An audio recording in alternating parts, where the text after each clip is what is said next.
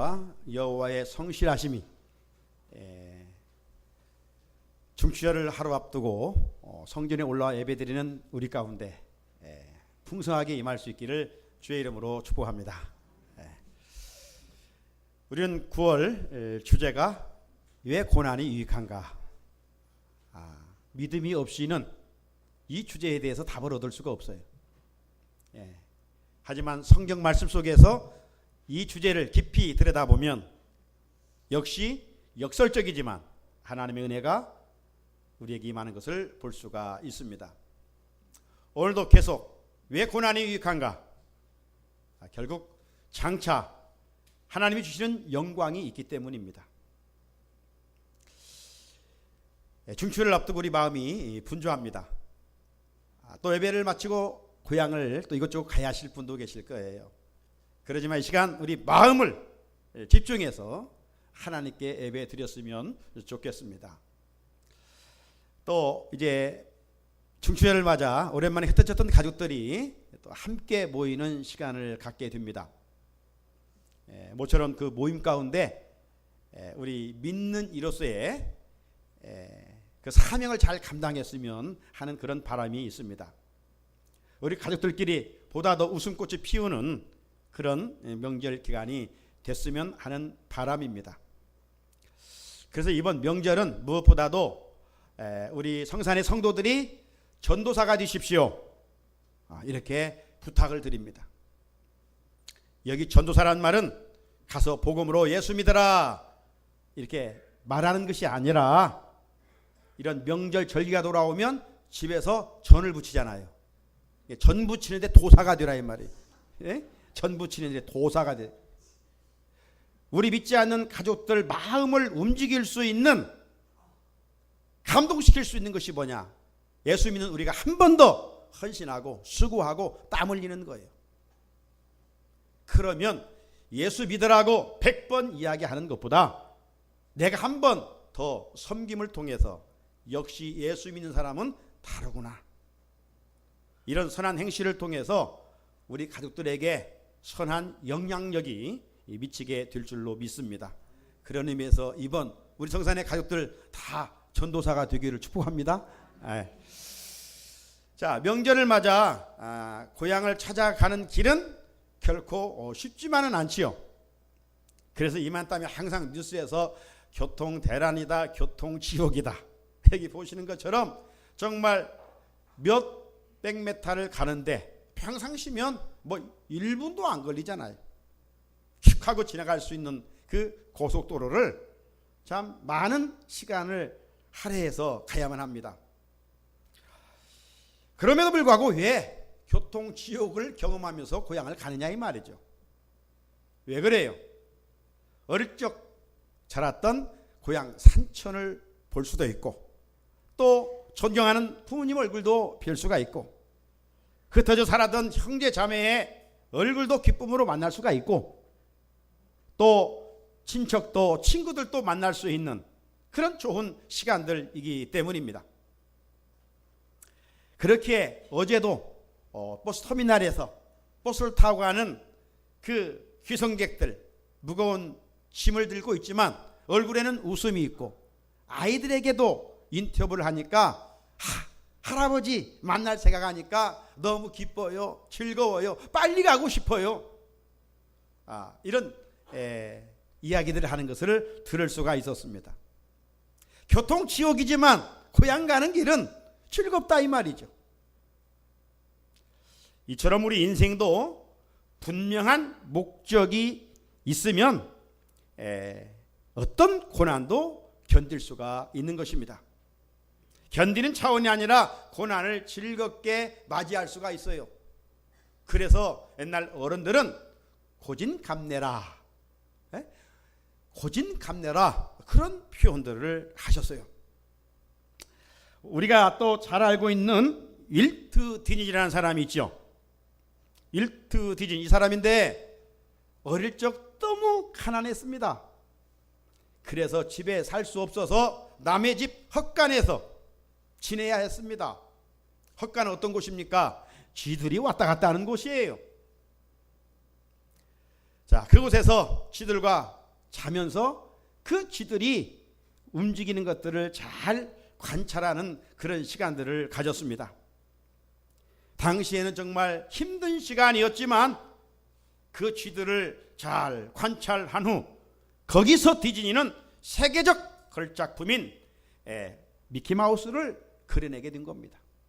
우리 어린이들이 얼마나 좋아하는지. 이 미키마우스, 고진이 낳은 감내가 아니겠습니까? 지난번 2018년 평창 동계올림픽이나 또 얼마 지나지 않은 우리 아시안게임에서 메달을 얻은 선수들을 우리는 기억합니다. 여러분, 이들이 이런 메달을 얻기까지는 그냥 지난날 세월을 보내고 놀다가 저절로 운 좋게 얻어진 선물이 아니잖아요. 많은 자기와의 싸움이 있었습니다. 수많은 시간 고난을 무릅쓰고 훈련을 받아야 했습니다. 이런 의미에서 목적이 있는 고난은 결코 헛되지 않습니다.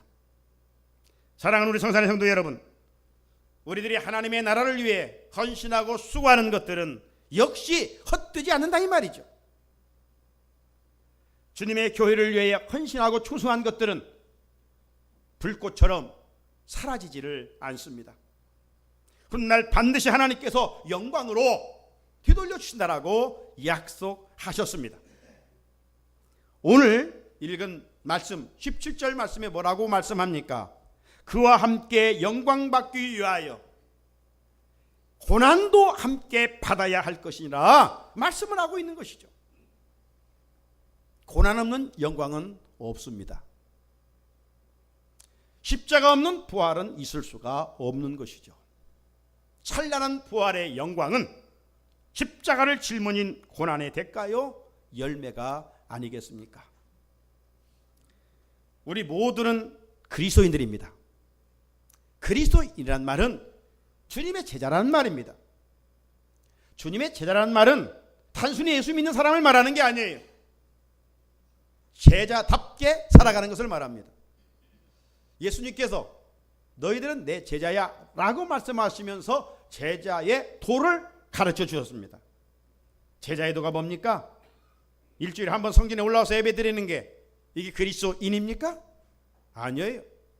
진정한 거듭난 주님의 제자는 자신을 부인하고 주께서 주신 십자가를 짊어지고 따라가는 자들입니다. 주님은 우리를 편하게 부르지 않으십니다. 고난의 자리에, 십자가의 자리에 그 길을 걷게 하십니다. 여러분이 지금 어떤 고난의 길을 걷고 계십니까?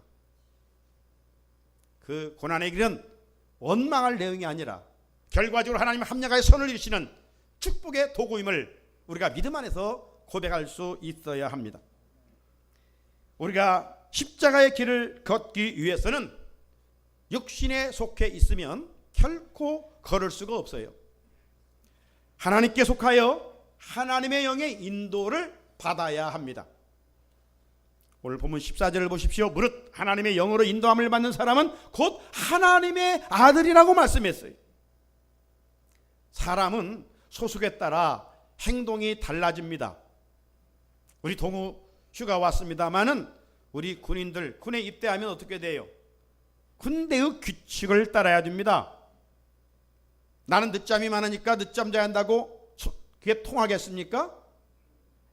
나는 밤잠이 없으니까 나는 늦게까지 불 켜놓고 공부한다고 하면 되겠어요? 정해진 시간 소동해야 되고 정해진 시간 기상을 해야 됩니다. 규칙을 따라 하지 아니하면 퇴교를 당하게 돼요. 우리의 성도의 소속은 어디입니까? 마귀에게 속해 있는 자들이 아니라 하나님께 속해 있어요. 그러므로 성도들은 이 마귀의 악한 영의 지배를 받으면 안 돼요. 하나님의 영의 지도를 받아요. 그리고 하나님의 영의 인도를 받아서 하나님의 아들, 딸답게 자녀답게 살아야 한다라고 말씀합니다. 하나님의 자녀가 여전히 육신의 소욕을 따라 살면, 세상 방법을 따라 살면 그 영은 죽는다고 그랬어요. 13절에 너희가 육신대로 살면 반드시 죽을 것이로되 육신대로 살면 세상 사람들 지금 화려하게 살고 있지만 그들의 영은 하나님 편에서 볼 때 다 죽은 거예요. 누가 삽니까? 영으로서 몸의 행실을 죽이는 자. 예수 그리스도의 십자가에 내가 죽을 때 우리는 또 살아난다 이 말이에요. 우리 모두는 그런 은혜를 입고 살고 있어요. 여러분, 우리 타락한 인간은 너무나 연약하기 때문에 죄를 짓는 데는 뭐 생각할 겨를도 없어요. 죄를 짓는 데는 뭐 계획할 것도 없어요. 죄를 짓는 데는 노력하지도 않아도 돼요. 왜냐하면 우리 인간의 타락한 본성이 뿌리를 내리고 있고 자리를 잡고 있기 때문에 그렇습니다. 우리는 그리스도인 아닙니까? 주님을 따르는 제자들 아닙니까? 그러므로 더 이상 육신의 본능대로 살다가 멸망할 자들이 아니라는 말입니다. 오늘 저와 여러분은 누구냐? 그 정체성이 구원받은 하나님의 백성들이라는 겁니다. 그로 하나님의 영으로 인도함을 받는 하나님의 자녀라는 사실을 우리가 망각하면 안 돼요. 자, 그렇다면 우리가 육신대로 세상 방법대로 살지 않기 위해서는 어떻게 해야 될까요? 훈련해야 됩니다. 훈련해야 돼요.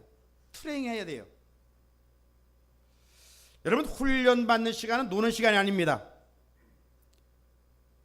아주 혹독한 고난의 시간입니다. 뼈를 깎는 아픔이 있습니다. 우리 성도들이 받을 훈련은 어떤 훈련입니까? 경건 훈련입니다. 금년에 계속 강조하고 있는 것이 뭡니까?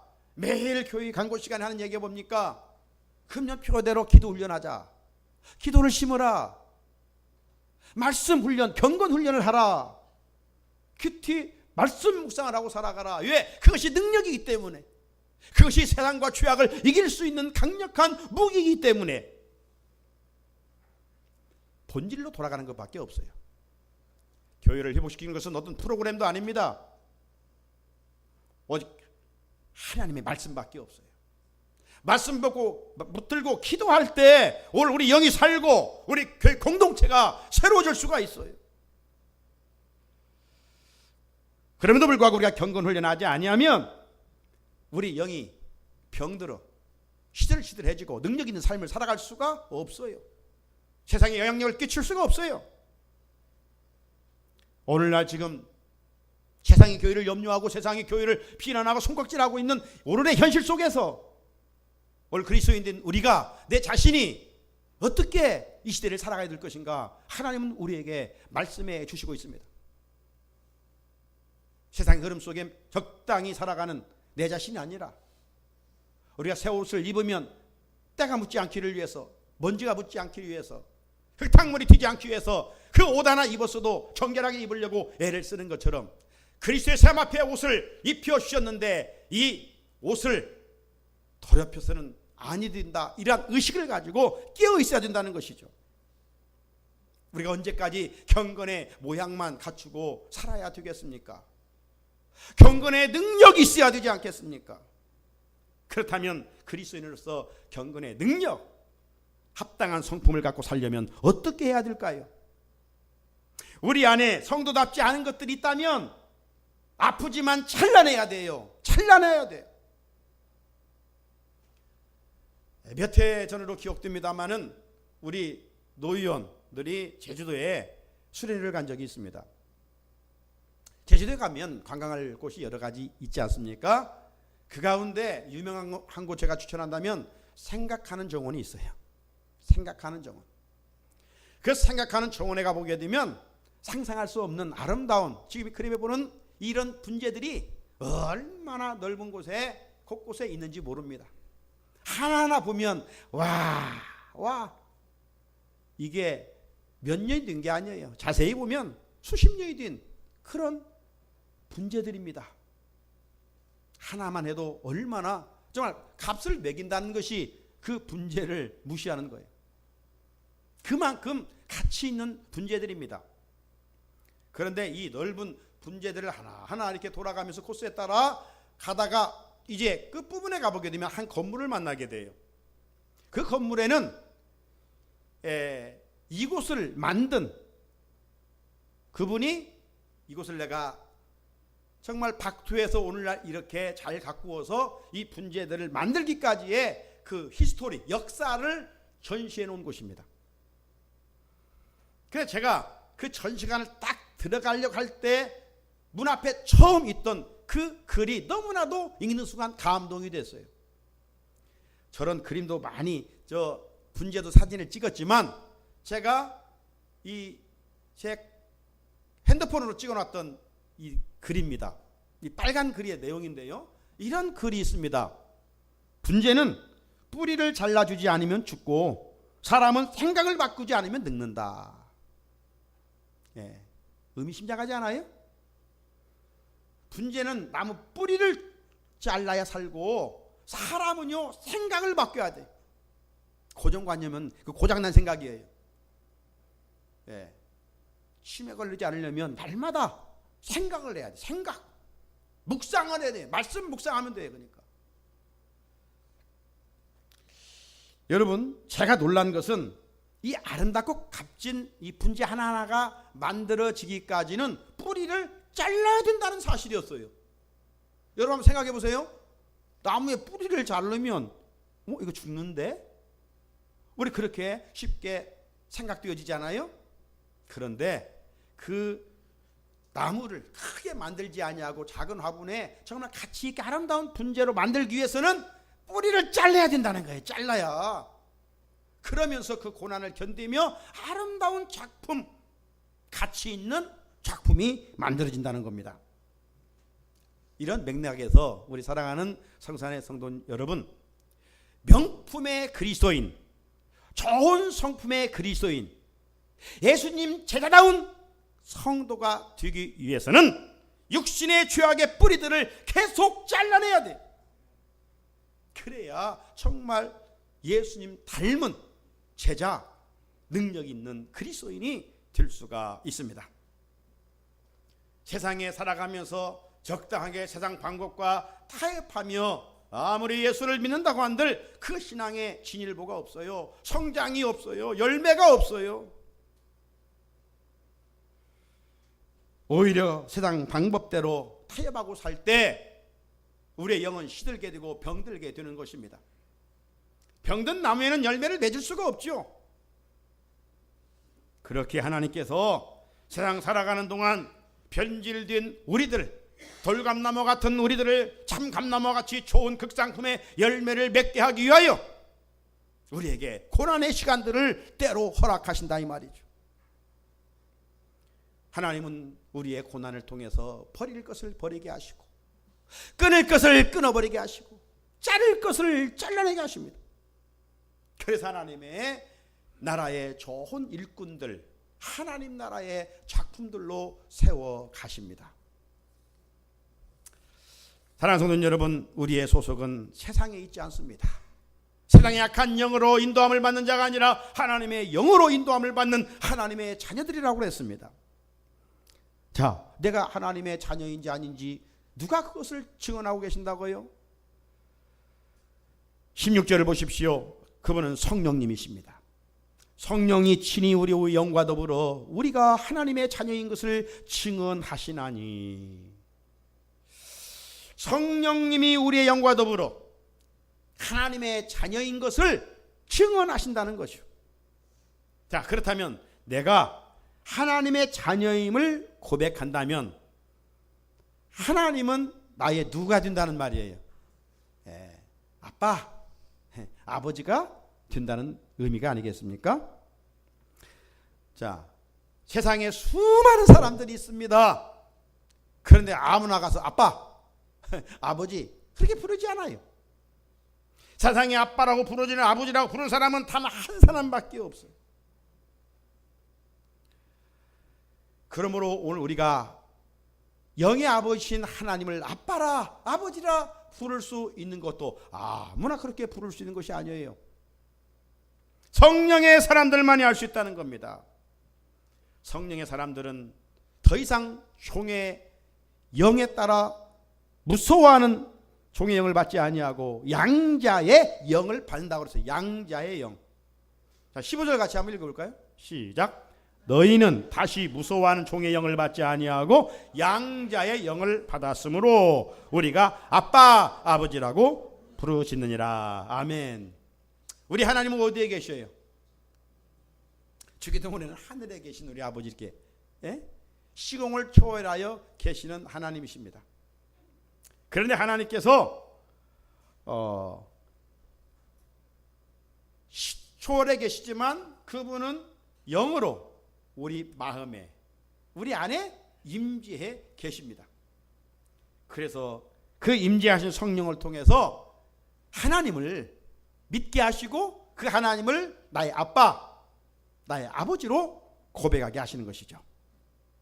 세상 타락하여 하나님과 단절된 우리는 하나님의 아들이라고 자격을 부여받을 수가 없어요.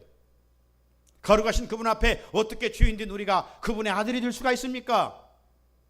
그런데 하나님께서 예수 그리스도를 보내주시고 그분의 십자가를 통해서 우리들을 아들 삼아 주셨어요. 아들이 아닌데 아들을 삼아 주신 것을 뭐라고 그래요? 양자라 그래요. 양자 삼아 주셨다. 그죠? 이승만 대통령에게 양자가 있잖아요. 그래서 오늘 15절에서 우리를 가르쳐 무서워하는 종의 영이 아닌 양자의 영을 받았다. 그렇게 말씀하고 있습니다. 그러므로 우리는 주님 안에서 하나님의 자녀가 됐습니다. 이것을 누가 증거하고 있다고요? 내 안에 계신 성령님이. 이게 성령의 사람은 예수를 구주로 고백할 뿐만 아니라 성령의 사람은 하나님 보이지 않지만 그분을 아빠, 아버지라고 부른다 이 말이에요. 저 여러분이 그렇게 부르고 믿음 생활하고 있지 않습니까? 더 중요한 것은 뭐예요? 양자로 이방된 하나님의 자녀인 우리들이 장차 하나님의 나라를 상속받을 수 있는 특권을 누리게 된다는 겁니다. 하나님의 나라를 누릴 수 있는 특권. 자, 오늘 17절이에요. 자녀이면 또한 상속자 곧 하나님의 상속자요 그리스도와 함께한 상속자니. 자녀는요 부모의 재산을 누릴 수 있는 특권이 있어요. 이것이 자녀의 권리 아니에요? 특권 아닙니까? 자녀는 자녀된 입장에서 아빠에게 무엇이든지 요구할 수가 있습니다. 그러면 아빠는 사랑스러워서 무엇을 못 주겠어요? 없는 것까지 만들어서 주고 싶은 것이 아빠, 엄마의 마음 아닙니까? 그런데 때로 주고 싶지만 역량이 없어, 능력이 없어, 어떤 인간의 한계 때문에 사랑하는 자녀가 요구하는 것을 주지 못할 때 그때 육신의 부모의 아픔이 있어요. 하나님은 우리의 아빠이십니다. 그분은 한계가 없으셔요. 그분은 모든 것을 소유하신 분이셔요. 그분은 말씀으로 세상을 지으시고 인간을 창조하신 전능하신 하나님이셔요. 그렇기 때문에 아들의 이름으로 우리가 구하기만 하면 구하게 하시고 찾게 하시고 또 두드리면 열리게 해 주신다.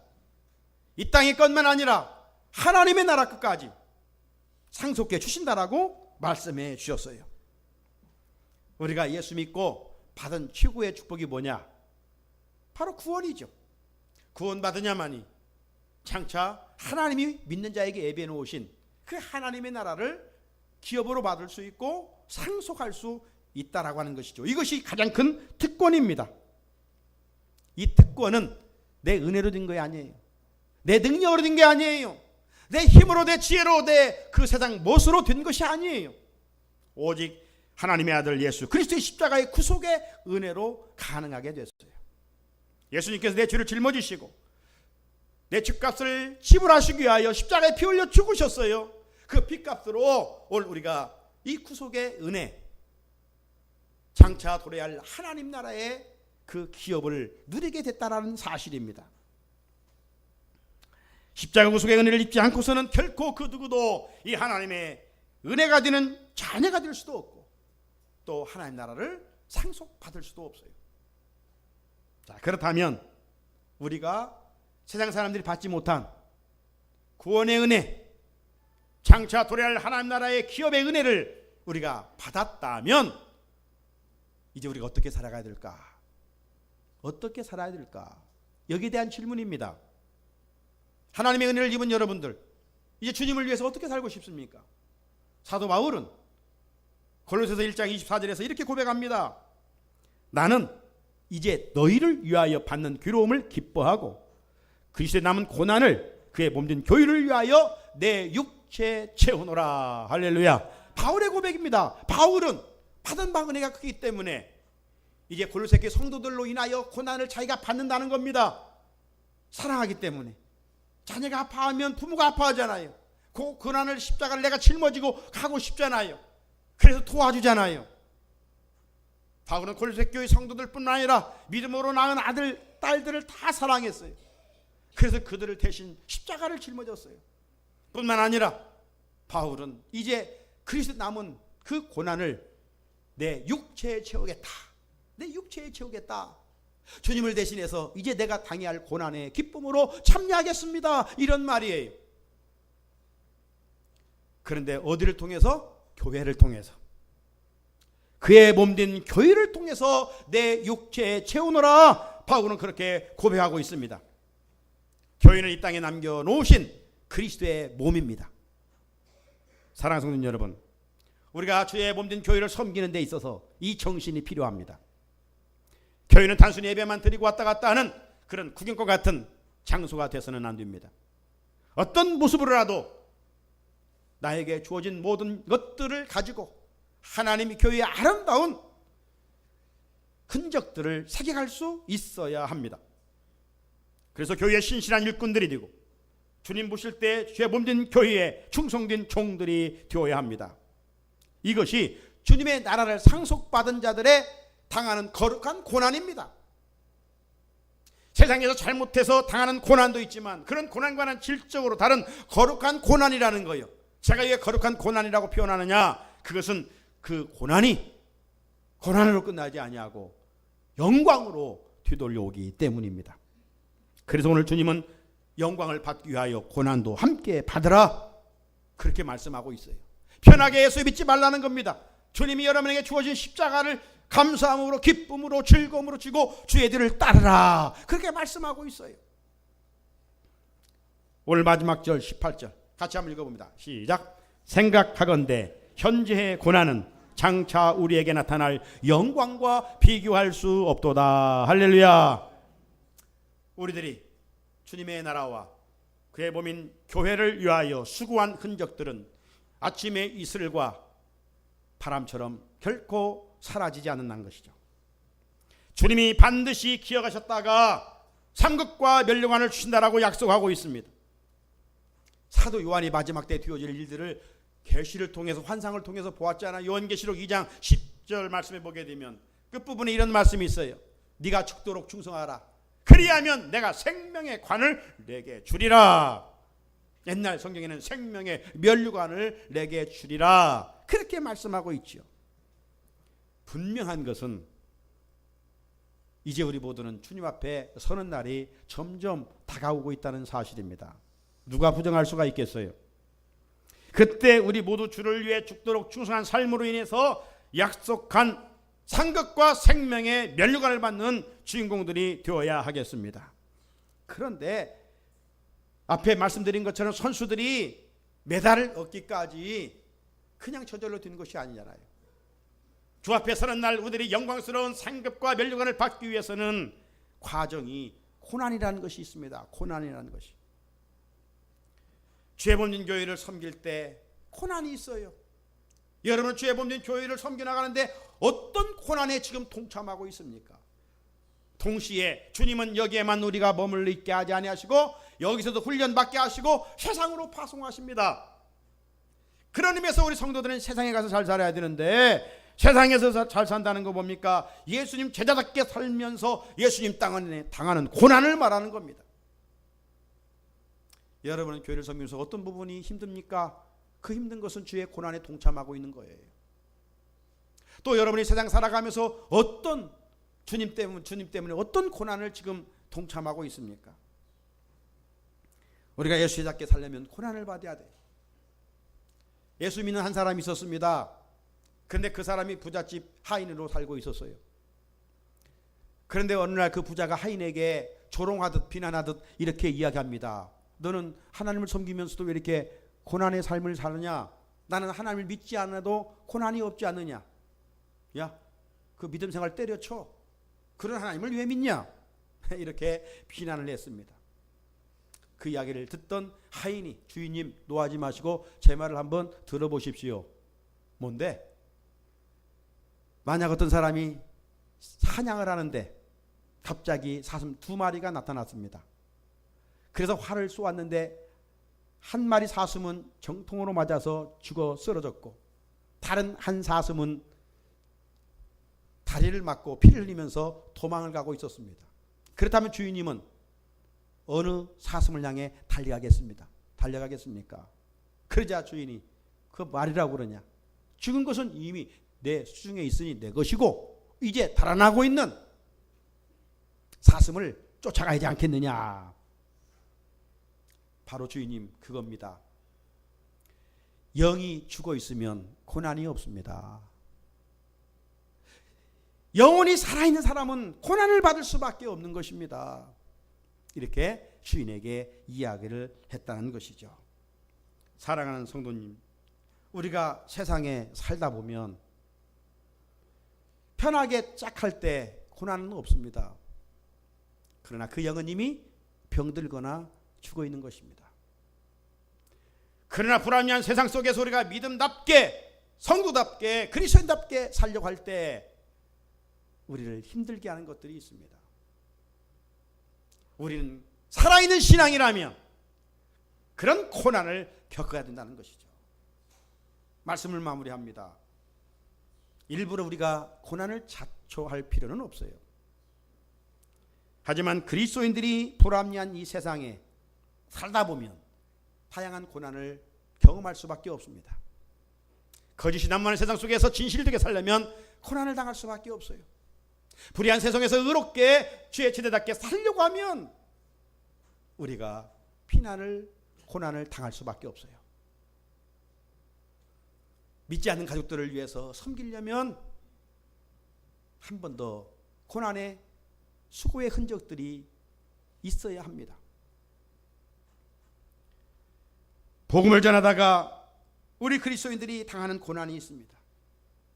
이런저런 교회 안에서 교회 밖에서 당하는 그런 고난들이 있습니다. 자, 그런데 이런 고난들이 고난으로만 끝난다면 어떻게 되겠습니까?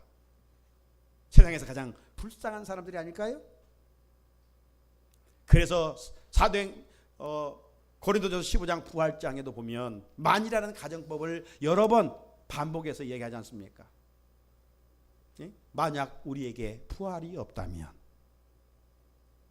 우리의 믿음도 헛것이고 우리의 전파도 헛것이고 또 우리는 세상에서 가장 불쌍한 자이다.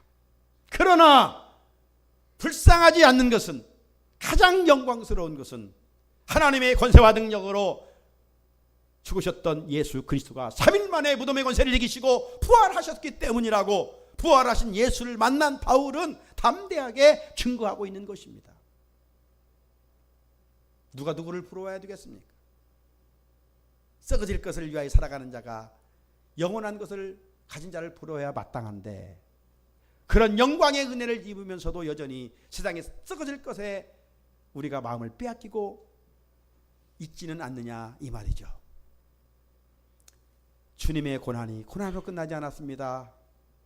주님의 십자가의 고난은 마침내 하나님의 약속대로 3일 만에 부활하셨습니다. 우리가 주의 몸된 교회를 위하여 섬기는 고난의 흔적들, 헌신들, 충성들, 사랑의 그 마음들 결코 헛되지 않습니다. 나아가서 세상 한복판에 살아갈 때 우리가 주님 때문에 당하는 고난 결코 헛되지 않는다라고 말씀하고 있습니다. 주님을 위해 고난당한 자들에게 영광과 상급이 있습니다. 그래서 바울은 성도의 고난은 장차 주님이 주시는 영광과 좋게 비교할 수 없다라고 선포하고 있습니다. 이런 면에서 주님의 교회와 주의 나라를 위해서 당하는 고난은 역설적이지만 참으로 유익합니다. 주님을 위해 고난에 참여함으로 훗날 주님으로부터 상급과 면류관을 받는 주인공들이 되시기를 주님의 이름으로 축복합니다.